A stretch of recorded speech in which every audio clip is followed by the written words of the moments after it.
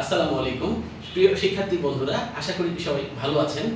আমার পর্দায় দেখতে পাচ্ছেন যার ছবি, তিনি আর কেউ নন, বর্তমান বিশ্বের সবচেয়ে জনপ্রিয় ইসলামী ধর্মীয় নেতা আয়াতুল্লাহ খামেনি, যিনি গত 28 ফেব্রুয়ারি মার্কিন যুক্তরাষ্ট্র এবং ইসরায়েলের যৌথ হামলায় তিনি নিহত হয়েছিলেন।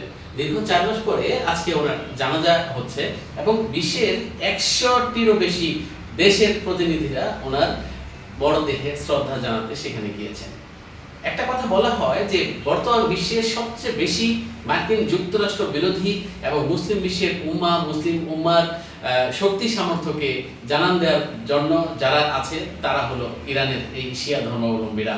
আমরা যারা বাংলাদেশ, সৌদি আরব, তুরস্ক বা মিশরে বা পাকিস্তানে বাস করি, তারা সবাই মনে করি যে আমরা সুন্নি, কিন্তু আমরা সবাই মার্কিন যুক্তরাষ্ট্রের নীতিতে চলতে বিশ্বাস করি, যাতে করে কোনো ঝামেলা না হয়। কিন্তু এই আয়াতুল্লাহ খামেনি তিনি কিন্তু দেখিয়ে দিয়েছেন এত বয়সেও কিভাবে যুদ্ধ করতে হয়, এবং তিনি নিজেও বলেছিলেন যে জীবিত আয়াতুল্লাহ খামেনির চেয়ে শহীদি খামেনি অনেক শক্তিশালী। এবং আপনারা দেখেছেন হরমুজ প্রণালী থেকে শুরু করে সমগ্র ইরানে কিভাবে মানব ঢল হিসেবে যুক্তরাষ্ট্রের বড় বড় বোমাকে, বড় বড় মিসাইলকে তারা কি বলবো যে মানব ঢাল হিসেবে তারা সামনে এসেছে, এবং তারা বিশ্বের মধ্যে দেখিয়ে দিয়েছে বিশ্বের সবচেয়ে শক্তিশালী দেশ, মুসলিম বিশ্বের সবচেয়ে শক্তিশালী দেশ হলো ইরান। এবং এর পিছনে যে ব্যক্তিটি সবচেয়ে বেশি ভূমিকা রয়েছে তিনি আয়াতুল্লাহ খামেনি। এবং বর্তমানে বলা যেতে পারে তিনি এত জনপ্রিয় কেন? এই জন্য এত জনপ্রিয়, তিনি সাম্রাজ্যবাদের বিপক্ষে,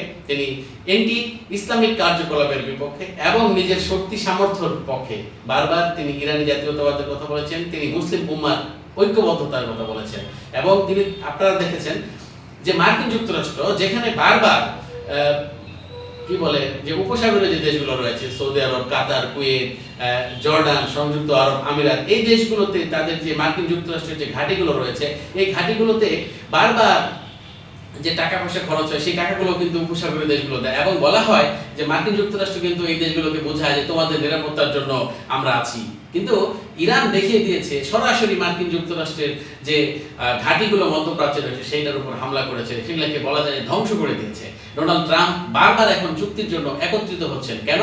কারণ হলো ইরানের রয়েছে হরমুজ প্রণালী, তাদের রয়েছে ঐক্যবদ্ধ, মানে কি বলবো যে পাহাড় সম শক্তি, সমতা, ঐক্যবদ্ধ জাতি হিসেবে সারা পৃথিবীতে ইরানিরা যে কাজটা করেছে তাতে মার্কিন সাম্রাজ্যের পতন এখান থেকেই শুরু হয়েছে।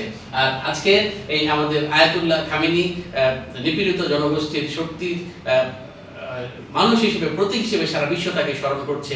আগামী নয়, শুধু বিগত 500 বছরে সারা পৃথিবীতে আয়াতুল্লাহ খামেনির চেয়ে জনপ্রিয় কোনো মানুষ আর এই পৃথিবীতে আসেনি। তিনি দীর্ঘ 40 বছর ইরানের কি বলে সাম্রাজ্য পরিচালনা করেছেন, মানে ইরানের সুপ্রিম লিডার হিসেবে তিনি কার্যক্রম পরিচালনা করেছিলেন। একই সাথে তিনি কিন্তু সর্বোচ্চ ধর্মীয় নেতা হিসেবে সেখানে ছিলেন। এখন তার ছেলে মোস্তফা খামেনি ইরানের সর্বোচ্চ ধর্মীয় নেতা আছেন। তাদের যে বিপ্লবী গার্ড বাহিনী তারা ঠিক আছে, তাদের যে তেল সেটা ঠিক আছে, রাশিয়া, চীন তাদের যে ঘনিষ্ঠ মিত্র ছিল সেটা ঠিক আছে।